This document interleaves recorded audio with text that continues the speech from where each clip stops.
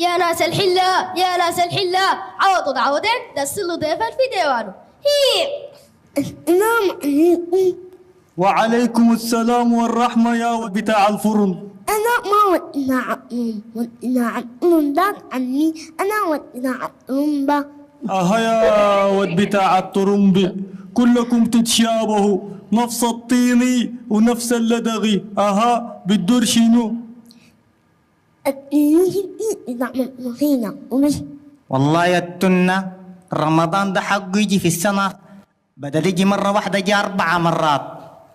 أول شيء نسيتي ما بتجينا طوالي اللي هو أمي كده. قلت شنو يا بلال؟ لا ما قلت حاجة، قلت ليكي يعني رمضان ده الأكل فيه كويس يعني بكون.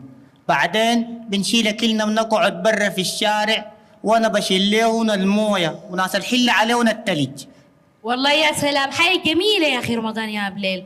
الناس بتقعد برا، دي حاجة جميلة وبتكون مع بعض يعني يا بليل، صح ولا ما صح؟ أيوة رمضان. أنت حتمشي؟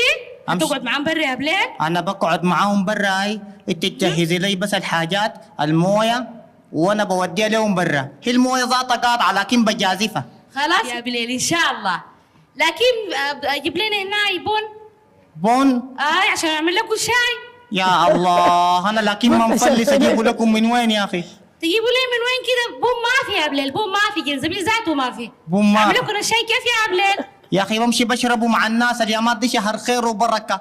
أي بيت تمشي يديك بون ويديك جنزبيل ويديك حلو مر ويديك أي شيء. أنت قايل ده الشهور اللي فاتت، عشان كده رمضان ده أنا دايره يجي 30 مرة في السنة. يا سلام، رمضان بخير يا بليل والله. هاي خلاص أنا ماشي برا، اللسان كرب. أنا حجهز لك الحاجات خلاص يا بليل. وعندك شنو مع مويتك الواحدة تيجي دي؟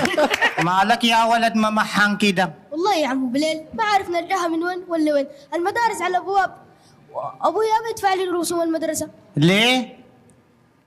قال غاليه ونحن 5، قال ياكلنا يا علمنا. طبعا انتوا اخترتوا تتعلموا لانه العلم نور. قلت له العلم نور، قال له نور شنو يا ولدي؟ والنور براه قاطع.